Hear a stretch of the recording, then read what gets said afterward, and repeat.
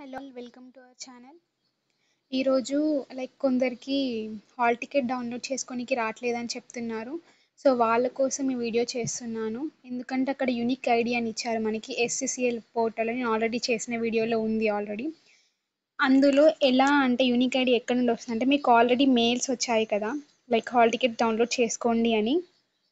అలా వచ్చిన మెయిల్స్లో మీకు లాగిన్ ఐడి అండ్ పాస్వర్డ్ రెండు ఇచ్చారు. ఓకే, ఆ లాగిన్ ఐడి అనేది యూనిక్ ఐడి. ఓకే, ఆ లాగిన్ ఐడి ఇంకా పాస్వర్డ్తో మీరు లాగిన్ అవ్వాలి ఫస్ట్. అయిన తర్వాత ఇక్కడ పాస్వర్డ్ వాళ్ళు జనరేట్ చేసి ఇచ్చారు కాబట్టి మీరు మీ ఓన్ పాస్వర్డ్ని క్రియేట్ చేయాలి.